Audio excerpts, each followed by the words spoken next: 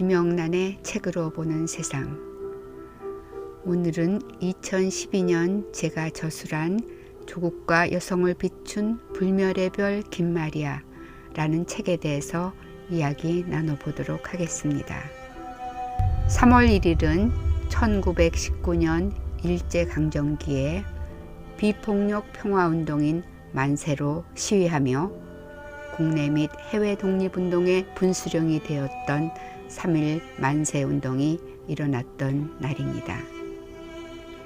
노동운동, 농민운동, 학생운동이었던 3.1운동은 그 후 해외에서 대한민국 임시정부를 세우는 계기가 되었고, 국내뿐 아니라 세계적으로도 인도의 간디의 비폭력운동의 모체가 되고, 또 중국 등 여러 나라 독립운동에 크게 영향을 끼친 점 등 그 역사적 가치와 의의는 매우 큽니다. 그러나 3.1운동이 오직 그 하루가 아닌 몇 달에 걸쳐서 범국민운동으로 무서운 폭발력을 갖고 전국적으로 일제히 전개된 배경에는 김마리아와 같은 여성의 힘이 있었다는 사실을 아는 사람은 그리 많지 않습니다. 1892년 황해도 장현에서 태어난 김마리아 선생은 일찍이 기독교 신앙을 받아들여 소래마을에 한국 최초로 교회를 짓고 학교를 세운 아버지 밑에서 성장했습니다. 그 지역이 믿음도 좋고 인심도 좋으며 경치까지 뛰어나다는 소문을 듣고 언더우드, 게일, 그리고 고종의 주치의던 에디슨 등 여러 선교사들이 그 지역을 방문하거나 그 지역에 오래 거주했으며, 또한 조선의 풍습을 배우기 위해 소래마을을 찾았고, 그 지역의 아이들은 그 선교사들의 아이들과 친구가 되기도 했습니다. 또한 독립운동가로 훗날 초대 제중원의 의사가 되는 삼촌 김필순과 그의 절친한 동지였던 안창호 선생이 그 집에 자주 드나들면서 마리아 선생은 어려서부터 그들의 차심부름을 하며 일찍이 애국에 눈을 뜨게 되었습니다. 삼촌과 고모들이 모두 항일 구국운동에 투신한 애국 집안 출신으로 고모가 YWCA와 서울여자대학을 설립한 김필예이고, 또 다른 고모의 남편은 애국지사 김규식입니다. 선생의 부친은 원래 선생의 이름을 진실로 사람의 도리를 지키고 살라는 뜻의 진상, 그리고 늘 무궁화를 품고 사는 밭처럼 살라는 의미로 금포라고 두 개를 지어주었으나, 독실한 개신교 신자였던 부친은 세례명인 마리아라는 이름을 다시 지어주었고, 선생은 평생 그 이름으로 살았습니다. 선생은 일찍이 부모를 여의었으나 마리아는 꼭 유학시키라는 어머니의 유언에 따라 서울로 올라왔습니다.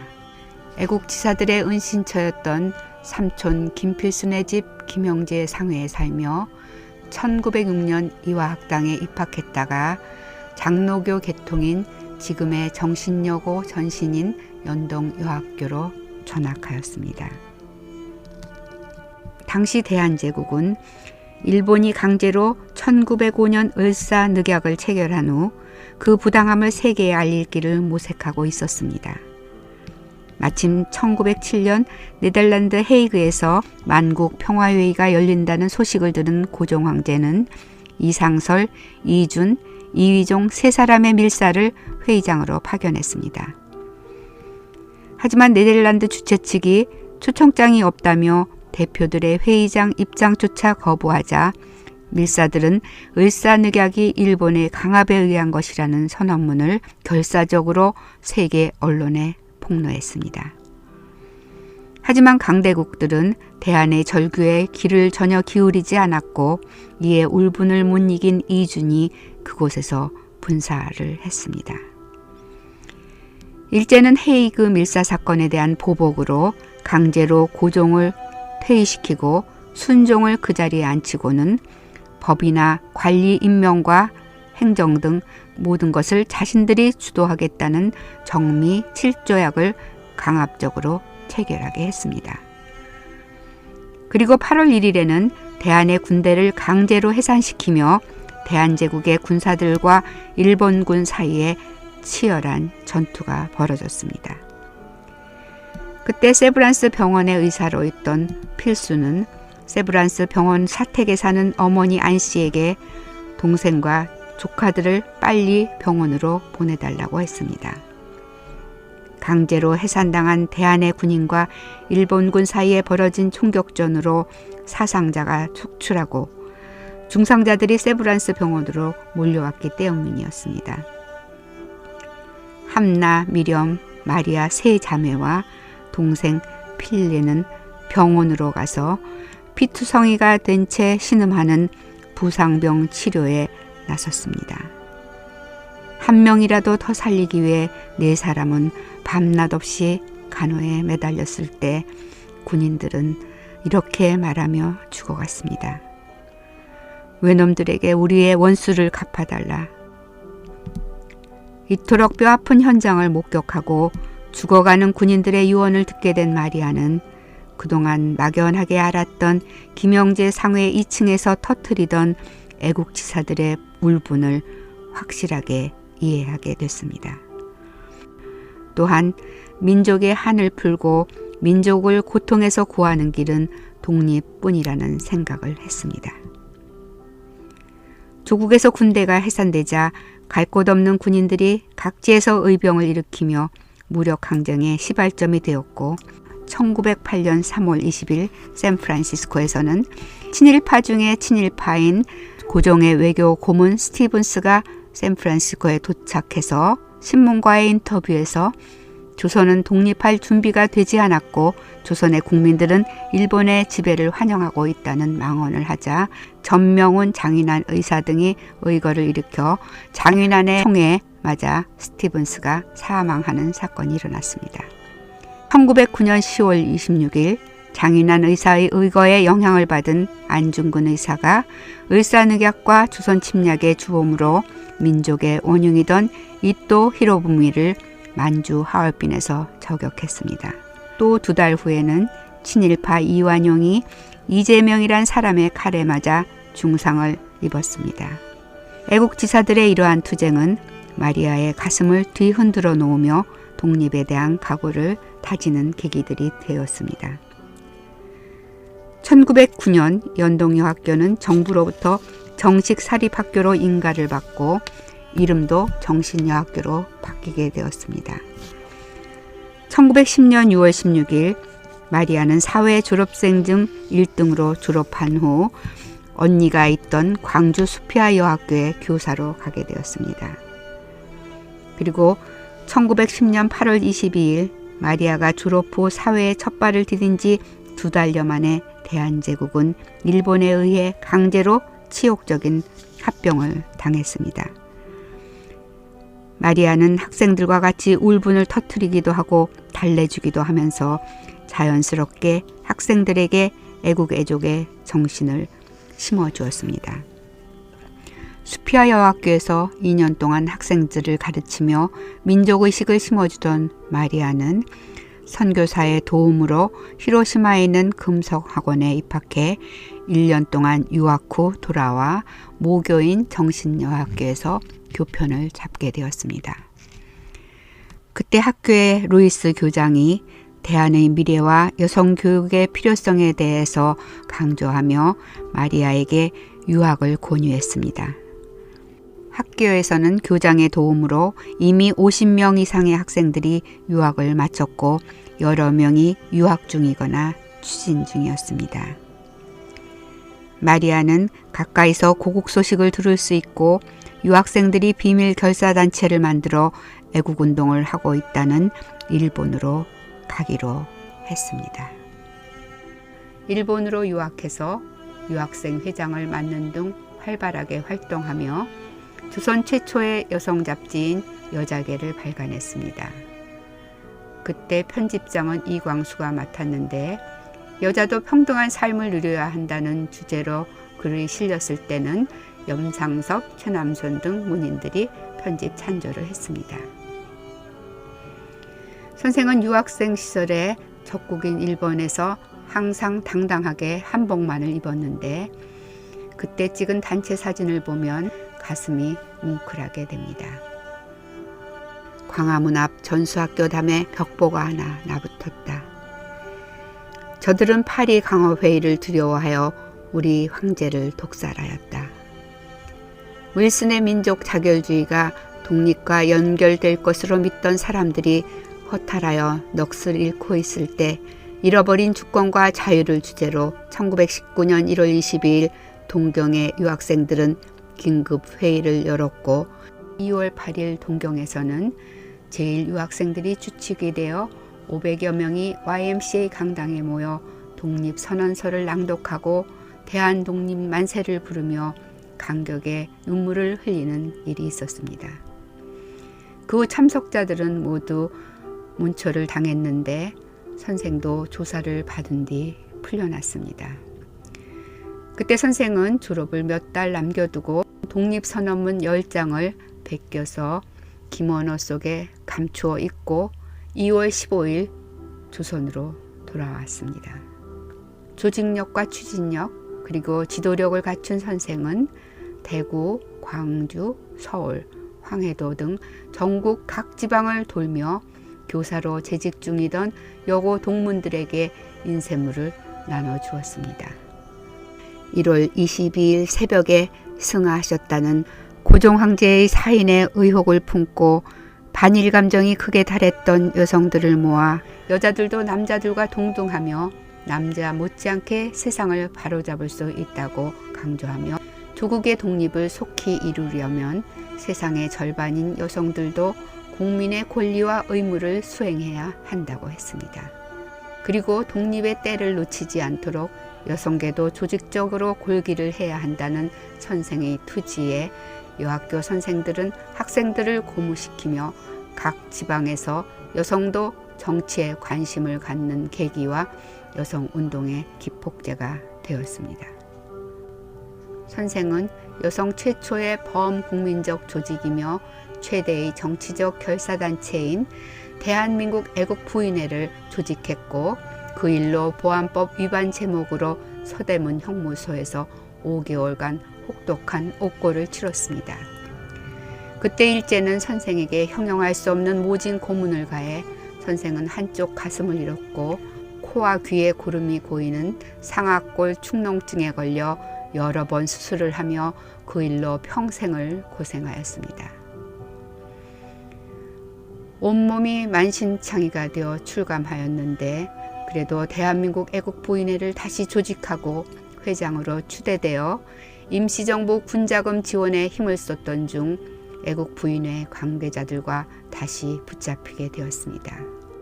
당시는 달력 대신 일본 연호라는 것을 쓰고 있었는데 연호로 생일을 말하라는데도 끝까지 나는 연호를 모른다고 하고 대한 사람이 대한의 독립운동을 하는 것은 당연하지 않은가라고 주장하는 등 강경한 발언을 하여 다시 3년형을 선고받았습니다. 혹독한 고문으로 만신창이가 된 채 독방에 복역 중 병보속으로 풀려나게 된 선생은 요양을 하던 중 선교사의 도움으로 상해로 비밀리에 망명해 중국 금능대학에 입학하였습니다. 중국에 도착한 선생은 1922년 2월 18일에는 김구 선생과 함께 임시정부 임시의정원 보궐선거에서 황해도 의원으로 당선되어 여자로는 우리나라 처음 정부 임명 여성의원이 되었습니다. 독립신문은 이 일을 여자로서 의원에 당선된 것은 선거계는 물론 이번이 처음일 뿐더러 지금까지의 세계 열국을 통해서도 이것이 아직 몇째 안 가는 희귀한 일이라고 기사화했습니다. 또한 대한민국 애국부인회의 대표 자격으로 안창호 선생과 개막 연설을 하여 그동안 단체나 회의에서 여자가 발언권을 얻기는 했지만 여자가 정부를 대표하는 기관에서 공식적으로 개회연사로 남자와 동등하게 나선 일은 우리나라에 정부가 생긴 이래 처음 있는 일이라고 그 일도 크게 기사화되었습니다. 1923년 6월 미국 하와이에 도착한 선생은 교민들의 열렬한 환영을 받았고 7월 샌프란시스코에서도 연설로 교민들의 독립의지를 심어주었습니다.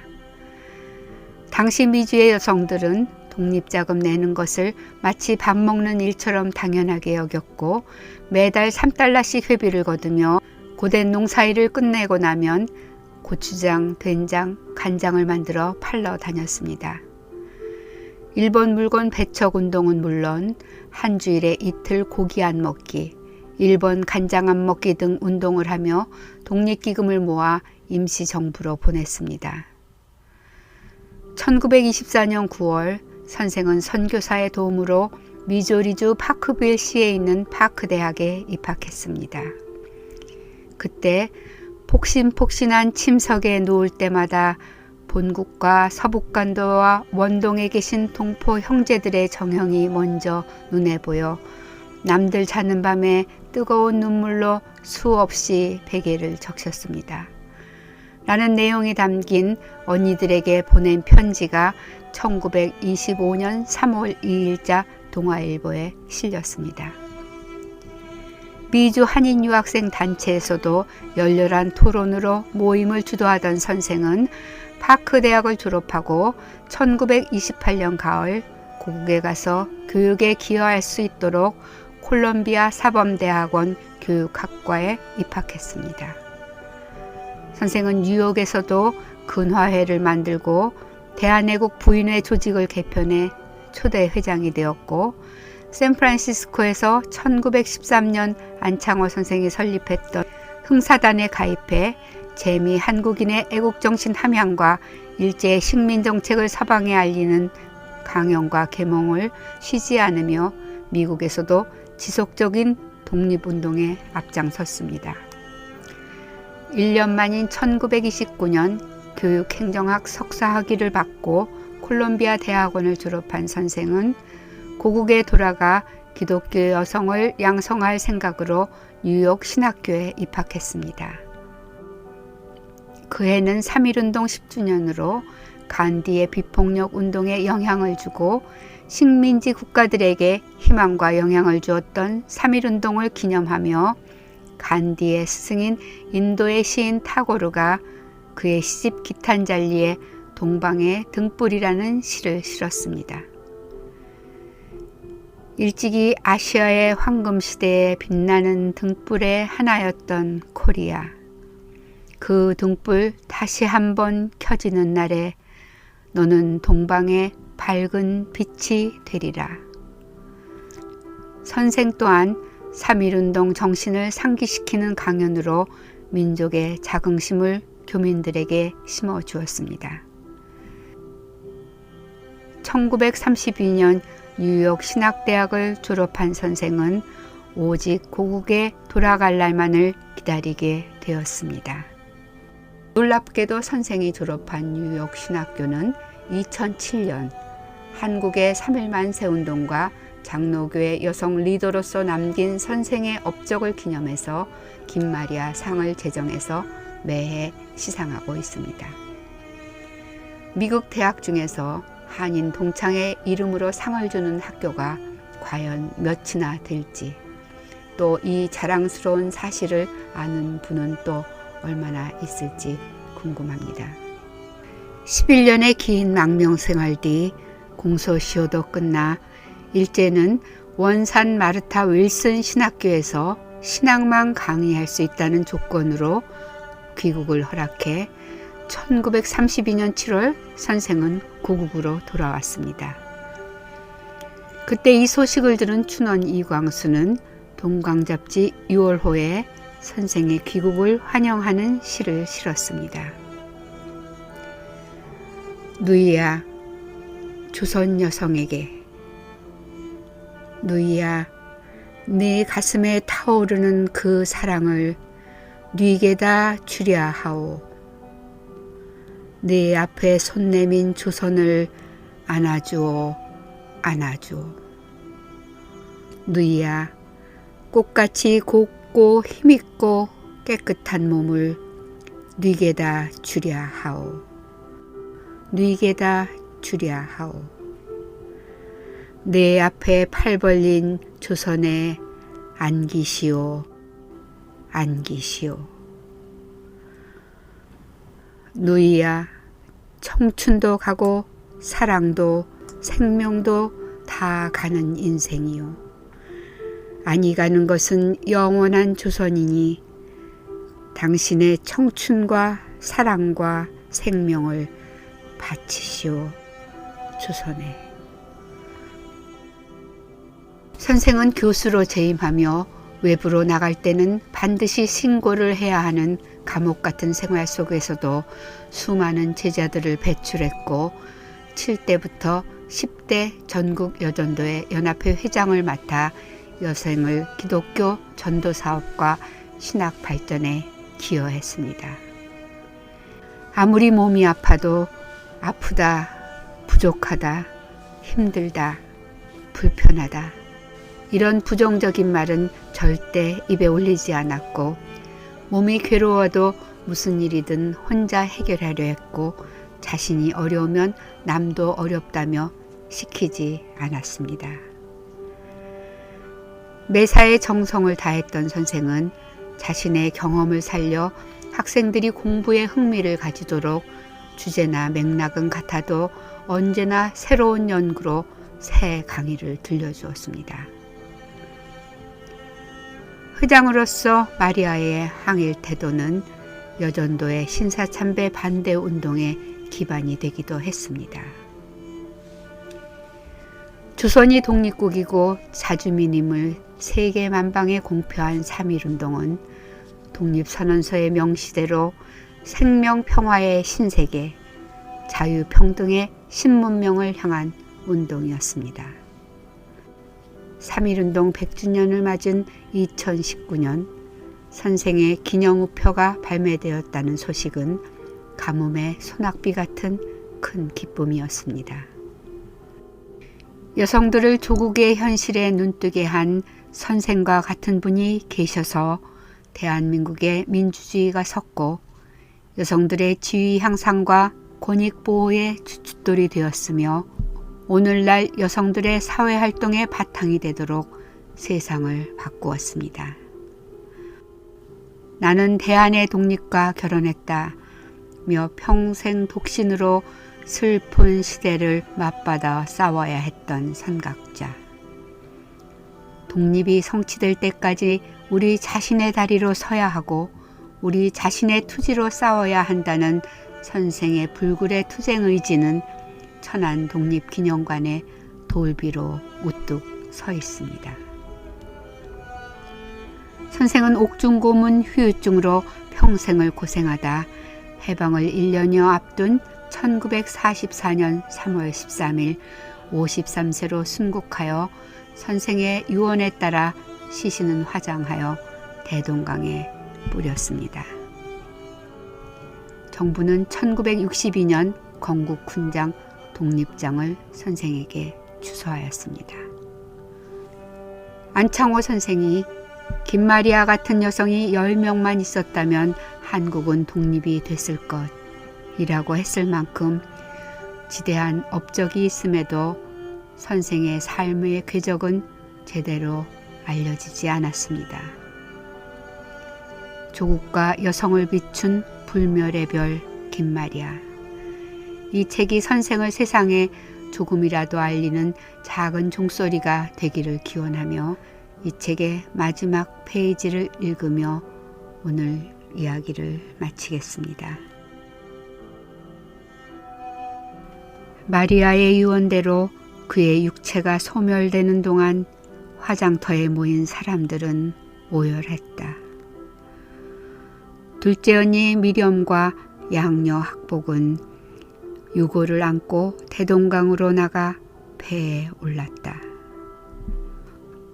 토마스 목사가 피를 흘리며 성경을 나눠주던 그 강은 조선 처음의 순교가 이루어진 거룩한 자리였다. 뱃사공이 믿음의 조상들이 기도하던 물안봉 기슬 아래로 노를 저었다. 도도하게 흐르는 강물 위로 53년 나라 사랑의 외길을 고집스레 걷다 순교한 마리아의 얼굴이 일렁였다.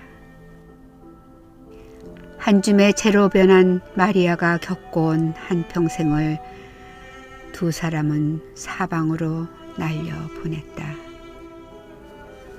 묘지도 묘비명도 없이 동생과 어머니를 보내는 두 사람의 가슴은 무너져 내렸다. 하늘 아래 영원한 것은 없고 죽음은 끝이 아니야.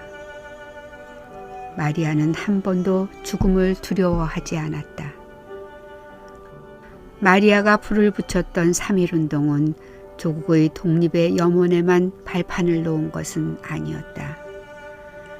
그때까지 사회적으로나 정치적으로나 잠자던 여성들을 조국의 현실에 눈뜨게 만든 여성운동이었고 평등운동이었으며 인권운동이었다.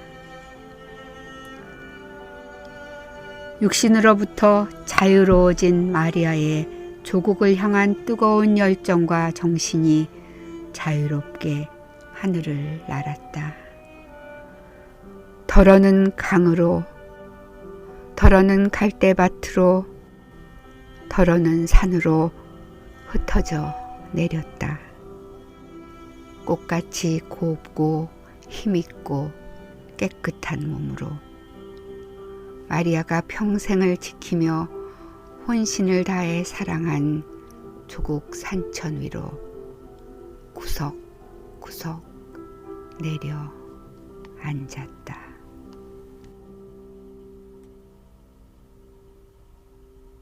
감사합니다.